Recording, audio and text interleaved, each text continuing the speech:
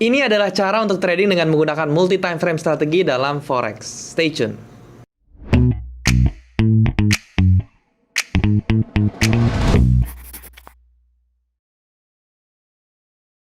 Halo guys, balik lagi sama gue Daryl di This Daily Channel. Dan hari ini kita masuk ke Forex Series lagi teman-teman. Dan di Forex Series kali ini gue akan bahas tentang multi time frame strategi. Tapi sebelum itu gue mau ngingetin buat kalian yang belum punya broker, kalian bisa cek yang namanya OctaFX. Linknya sudah ada di description di bawah. Kalian tinggal daftar menggunakan link tersebut.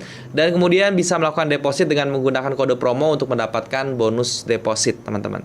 Oke, hari ini kita akan berbicara tentang multi time frame strategi. Apa itu multi time frame strategi? Ini adalah strategi dengan menggunakan time frame lebih dari satu teman-teman ya. Jadi memang dalam trading forex itu kita membutuhkan dua time frame berdasarkan kita punya kebutuhan ya. Tetapi sebelumnya kita harus lihat dulu trading style kita seperti apa. Kalau misalnya kita trading style itu adalah scalping, berarti time frame digunakan itu adalah time frame yang lebih kecil. Kemudian kalau misalnya trading style kita itu adalah swing trade atau intraday, kita berarti lebih besar sedikit. Dan kemudian kalau misalnya kita position trading, kita menggunakan time frame yang lebih lebar. Nah, masing-masing fungsi time frame ini pasti ada kegunaannya masing-masing yang berbeda, teman-teman ya. Yang pertama itu adalah kita memilih time frame roadmap namanya. Nah, time frame roadmap ini adalah time frame yang lebih besar ya. Jadi itu digunakan untuk menganalisa tren harga ya, arah tren harga dan juga key support dan resistance itu di mana. Jadi kita untuk melihat kedua hal itu. Dan kemudian time frame satunya yang lebih kecil itu adalah time frame untuk entry, teman-teman ya. Jadi ketika kita sudah melihat roadmapnya atau garis besarnya harga market ini mau kemana, kita melakukan entry di time frame yang lebih kecil. Nah, di time frame yang lebih kecil ini biasanya kita mengandung momentum ya, dan kemudian juga kita mengandung juga Fibonacci juga di situ ya. Kemudian kita juga menghitung risk reward ratio dan juga exit strateginya juga di time frame yang kecil.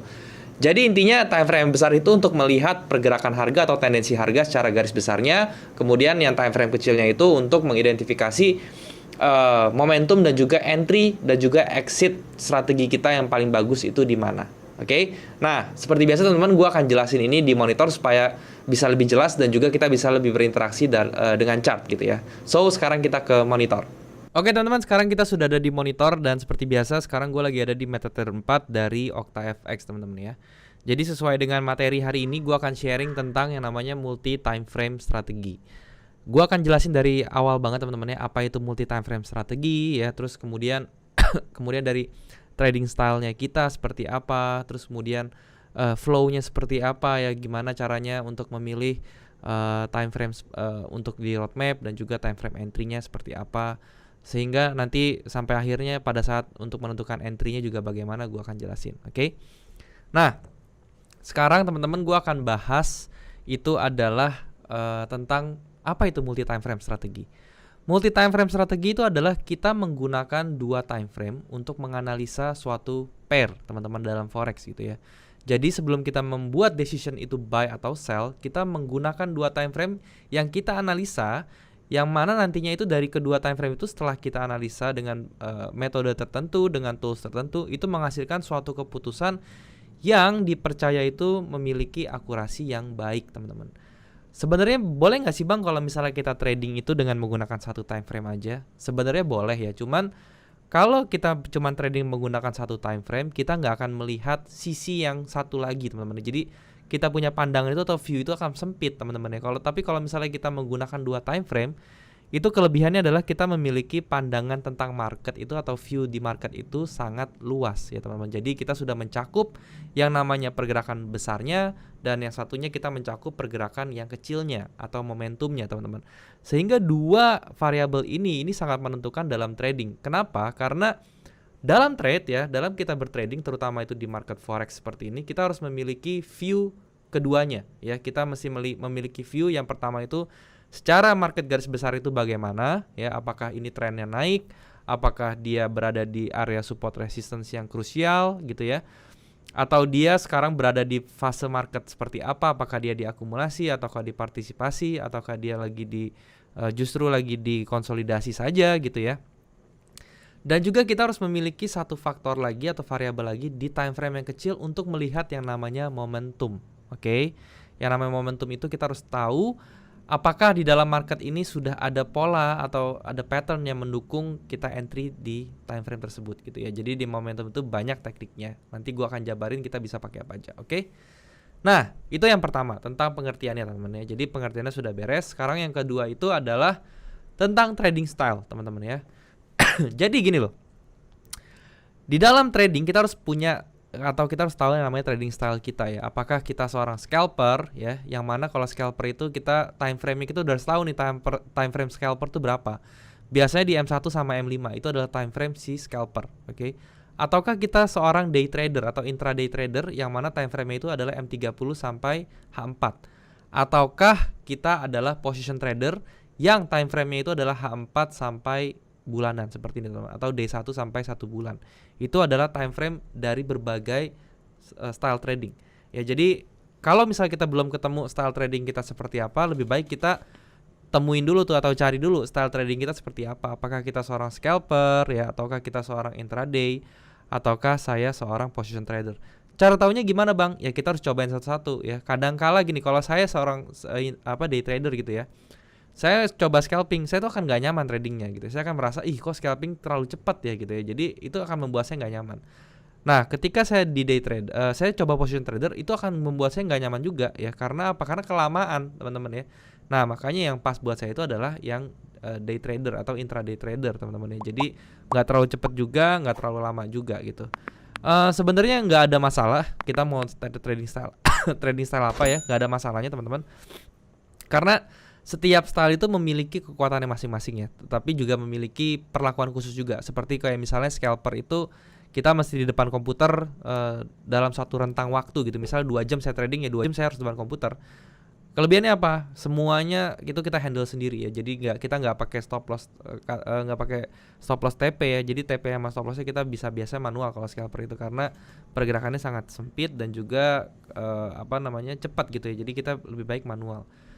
Nah, itu ada orang yang suka seperti itu. Tapi kalau misalnya saya intraday trader, saya sukanya kenapa? Karena itu hasilnya nggak terlalu lama ya. Kalau misalnya kita lihat outputnya, resultnya nggak terlalu lama dan juga tidak terlalu cepat juga. Jadi saya masih bisa tinggal teman-teman ya. Jadi saya tinggal pasang trading plan, saya tinggal ya udah beres gitu loh.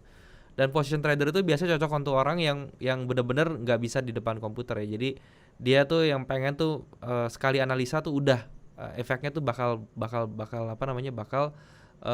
besar nanti ke depannya, pipsnya mau banyak seperti itu ya. Tapi dia mau cuman sekali analisa dalam 1 bulan misalnya seperti itu. Oke. Nah, kalau misalnya kita sudah tahu nih namanya trading style kita gunanya buat apa. Jadi gini, konsepnya dari multi time frame strategi itu adalah kita memilih 2 time frame teman-teman ya. Jadi kalau misalnya scalping pun ya kita bisa memakai multi time frame strategi. Nah, kalau misalnya kita sudah tahu style kita, berarti kita bisa menyesuaikan nih. Yang pertama adalah rumus dari multi time frame itu adalah kita memilih minimal 2 time frame. Oke? Minimal 2 time frame, maksimal 3 sih kalau gue gitu ya. Tapi kalau misalnya ada yang lebih dari 3 ya gue nggak tahu. Tapi menurut gue 3 itu udah oke banget, udah pas lah, nggak kebanyakan gitu ya. Tapi minimal kita 2 ya. Jadi yang pertama itu dalam 2 ini apa? Yang pertama kita pilih time frame yang untuk melihat view market yang jangka panjang atau skalanya lebih besar gitu ya. Jadi kita bisa melihat arah harga dia mau kemana dan trennya seperti apa gitu ya. Itu adalah time frame yang pertama yang kita harus pilih. Dan time frame yang kedua adalah time frame yang lebih kecil, yang isinya itu nanti adalah pola-pola market atau gambaran market yang lebih detail teman-teman. Yang gunanya itu adalah untuk kita mencari yang namanya si momentum. Oke, jadi itu adalah fungsi dari core dari dua time frame itu seperti itu. Multi time frame itu kita minimal pilih 2 time frame untuk kita analisa. Yang mana time frame yang satu itu yang lebih besar untuk melihat tendensi dan juga trennya mau kemana, arah harga mau kemana, dan satunya itu adalah yang lebih kecil gitu untuk melihat momentum dan segala macam. Oke, itu adalah hal yang kalian harus tahu juga. Oke, di sini gue ambil kasus dari gue sendiri aja gitu ya. Gue adalah seorang trader yang menggunakan multi time frame ya. Intraday trader yang menggunakan multi time frame, yang mana time frame gue pakai 2 teman-teman ya. Yang pertama ya itu adalah untuk time frame roadmap-nya atau time frame yang lebih besarnya, gue pakai yang namanya H4 nih teman-teman. Jadi gue untuk melihat pergerakan harga itu di H4 ya. Jadi gue melihat tendensinya mau kemana segala macam, itu gue pakai H4. Nah, apa saja yang perlu kita perhatikan di time frame H4 ini teman-teman ya? Ini yang akan gue jelasin berikutnya. Yang pertama adalah tren. Oke, itu udah mutlak trennya seperti apa. Contohnya gini ya, ini di H4 sekarang tren yang gue dapat ini adalah trennya lagi bullish teman-teman ya, lagi bullish gitu ya.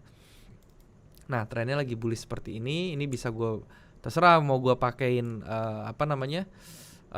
channel atau cuman trend line itu boleh. Oke.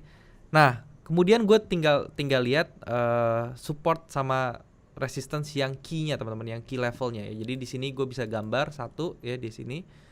Kemudian di daerah sini juga gue bisa gambar satu teman-teman ya. Di daerah key levelnya, oke, nggak usah terlalu jauh. Jadi di area sini ya. Kenapa di area sini? Karena ini merupakan area yang banyak harga itu reject teman-teman ya di daerah sini. Oke, dan satu lagi mungkin gua akan tambah di daerah sini teman-teman ya. Nah ini ada tiga hal penting ini aja. Oke, jadi seperti ini aja cukup kalau gua gitu ya. Gua kalau di di H4 gue cuma melihat pergerakan trennya yang paling penting tuh di mana. Terus posisi harga sekarang tuh berada di mana tren tersebut, oke? Kalau kasus ini ya, kasus yang di sekarang nih ya, ini kan posisi harganya jauh dari trend line, oke? Berarti kita masih bisa punya gap berapa nih? Kita harus hitung nih gapnya nih untuk sampai sini. Ya ini kita mesti ukur juga ya berapa gitu ya. Buat tahu nanti tuh kita hitung nih resiko kita jadi berapa gitu loh. Dan kalau misalnya kalian mau lebih teliti lagi, kita bisa tambahin yang namanya pivotnya teman-teman di sini, oke. Ini berarti ini range-nya jadi lebih lebar seperti ini ya. Nah, ini adalah gambar bullish channelnya teman-teman ya, channelnya seperti ini. Oke. Nah, jadi seperti ini ya. Kita tinggal gambarin channelnya seperti ini, kita lihat sekarang ternyata dia ini di keadaan sekarang ini lagi berada di channelnya nih teman-teman, di channel atasnya gitu. Sehingga nih kayaknya kalau misalnya kita open posisi sell itu lebih make sense. Karena apa? Karena dia di atas, terus kita punya ini kecil seperti itu. Jadi itu ya, yang perlu diperhatikan di time frame atau roadmap besar itu adalah itu, garis besarnya seperti itu, oke. Nah, sesudah kita mendapatkan ini ya di time frame H4 ini atau roadmap H4 kita mendapatkan hal seperti ini, kita turun teman-teman ke time frame yang lebih kecil. Nah, untuk memilih time frame lebih kecil yang bagus yang mana? Kalau biasanya saya turunkan 2 derajat ya. Jadi kalau di sini H4 saya turunkan 2, 1, 2. Berarti saya pakai M30. Oke. Tapi Bang, kalau saya pakai M15 boleh nggak? Boleh, silahkan, nggak apa-apa gitu. Itu akan jadi lebih detail. Kalau biasanya saya pakainya tuh di 2 derajat di bawahnya. Jadi kalau di kasus ini saya ke M30, oke. Nah, ya udah, saya tinggal gambar seperti ini, teman-teman ya. Udah seperti ini, jadi saya tinggal turun ke M30. Set ke bawah gini dan kemudian saya ambil pojok. Nah, ini yang tadinya gambarnya itu gambaran besar, ini menjadi gambaran lebih detail. Jadi saya tahu nih kapan saya mesti entry gitu ya. Yang tadi saya tahu ya, yang tadi saya areain abu-abu ini banyak rejection di H4-nya. Berarti ini adalah ada bentuk pola reversal harga. Oke. Nah, yang kita cari di M30 adalah momentum, teman-teman ya. Ingat namanya momentum. Momentum bisa pakai apa, Bang? Banyak, bisa pakai divergence, oke. Bisa pakai chart pattern, bisa pakai candle pattern, itu juga bisa pakai price action biasa ya, false break atau impulsif atau segala macam, itu bisa semua. Ya dalam kasus ini gue akan contohin, gue misalnya pakai divergence, gue lihat ya, ternyata di sini ada area reversal kan. Nah sekarang ada divergence gak? Ternyata kayaknya ada nih teman-teman ya. Dia ini ke bawah ya, sedangkan ini ke atas nih. Berarti dia sudah mulai muncul divergence nih di area sini nih teman-teman, bener gak ya? Nah, kalau sudah muncul divergence ini, kita lihat, oke, ternyata dia sudah muncul divergence. Kita cari lagi nih, apa nih? Ternyata kita bisa gunakan false break juga. Kenapa? Karena dia sudah break ke atas, akhirnya dia ke bawah gitu ya. Dan kita bisa menggunakan trend line kecil, minor gitu ya. Jadi misalnya kita tarik trend line dari sini ke sini, teman-teman ya. Kita tarik trend line ya, dan ternyata kita lihat, ternyata di sini sudah break nih. Dia sudah mulai break trend line-nya. Oke. Kalau begini ya, kita bisa mengambil kesimpulan bahwa ini kayaknya nih sudah ada momentumnya, sudah dapat ya. Dan di sini juga ada, kalau dari patternnya juga dia ada rising wedge teman-teman ya di sini ya. Rising wedge itu kan kita tahu ya, itu pola pembalikan harga ke bawah gitu ya, rising wedge seperti ini kan ya. Nah, jadi kalau misalnya dia sudah muncul tendensi-tendensi seperti ini yang momentumnya sudah mulai muncul, baru kita lihat candlenya teman-teman ya. Di candlenya gimana nih? Ternyata di M30 candlenya ini memang banyak rejection di area sini nih, dan kemudian pas ada rejection di sini dia impulsif ke bawah dan dia sudah break, dia punya trend line-nya gitu. Berarti secara candle ini juga sudah lumayan sehat gitu ya. Nah, baru langkah ketiganya kita ukur teman-teman, dia punya exit-nya tuh berapa. Exit di sini maksudnya adalah stop loss dan juga take profit. Oke, kalau dalam kasus ini exit saya itu sekitar 50 pips. Oke, 50 pips. Ini masih dalam range cut loss yang menurut saya masih masuk ke hitungan saya gitu ya. Range-nya 50 pips dan target profitnya itu berapa? Saya minimal 1:1 dulu ya. Saya 1:1 dulu. Saya minimal 1:1 dulu. Saya lihat 1:1 itu ada obstacle nggak? Ternyata 1:1-nya ada obstacle di sini ya. Jadi kalau kita lihat di sini ada area supply juga teman-teman ya. Nah, ini kan jadi obstacle nih, tapi nggak apa-apa. Kenapa? Karena dia masih 1:1 dengan stop loss saya. Jadi itu masih oke. Jadi let's say saya misalnya entry di sini teman-teman ya. Saya entry di sini ya. Saya sell di sini teman-teman ya. Dan kemudian saya stop loss di atas. Oke, di atas sini.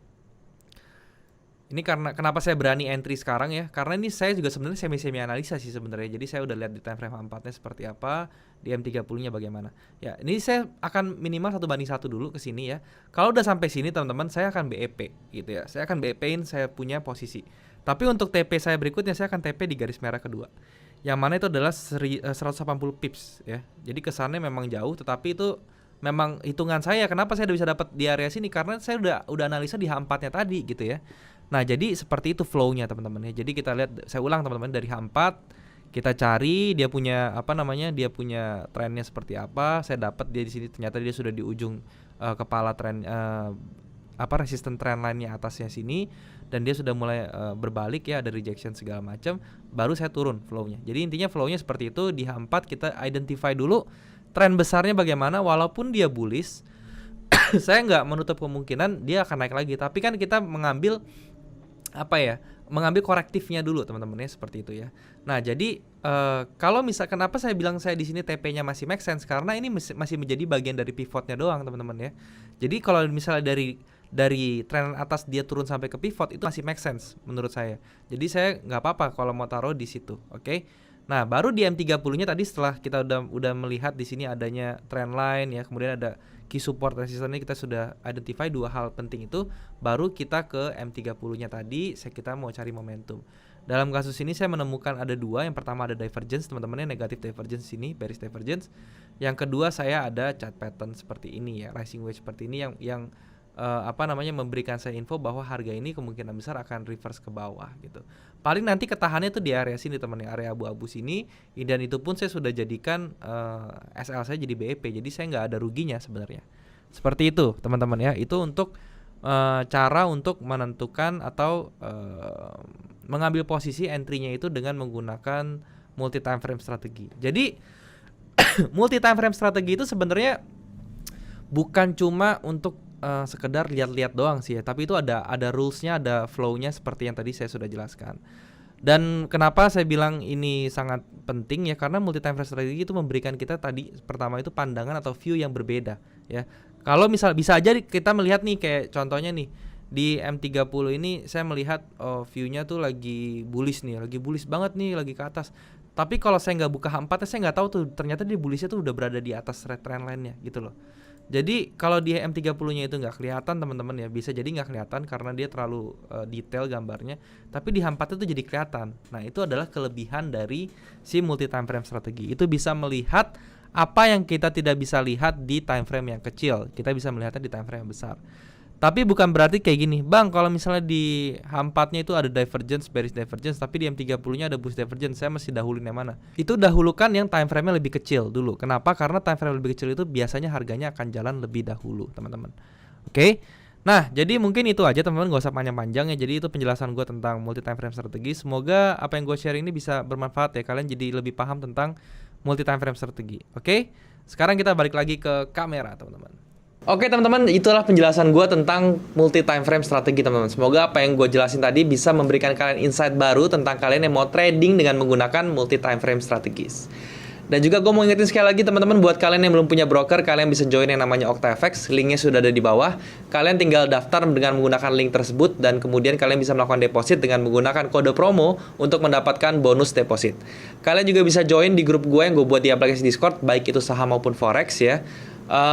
Linknya juga sudah ada di bawah. Kalian tinggal klik link tersebut dan kemudian kita bisa langsung diskusi bareng di sana. Oke? Ingat teman-teman, gue nggak punya grup lain selain di Discord. Jadi kalau misalnya ada yang mengatasnamakan gue di grup lain ya, baik itu di Telegram maupun yang lainnya, dan menawarkan investasi dalam bentuk apapun itu sudah dipastikan penipu. Jadi harap kalian hati-hati. Kalian juga bisa subscribe channel ini kalau misalnya kalian berasa konten-konten di sini itu menarik ya. Kalian bisa bantu subscribe dan juga kalian bisa like video ini dan juga share ke teman-teman yang lainnya yang kira-kira membutuhkan info dari video ini. Kalian juga bisa komen di bawah kalau misalnya ada yang kurang dari video ini atau kalian mau request tentang apapun yang mau gue bahas ke depannya. Oke teman-teman, sampai sini dulu videonya. Semoga apa yang gue sharing hari ini bisa bermanfaat untuk kalian. Thank you sekali lagi buat kalian yang sudah menyempatkan diri untuk nonton video ini. Sampai jumpa di next video. Jangan lupa semua orang bisa cuan. Salam sukses. Bye-bye.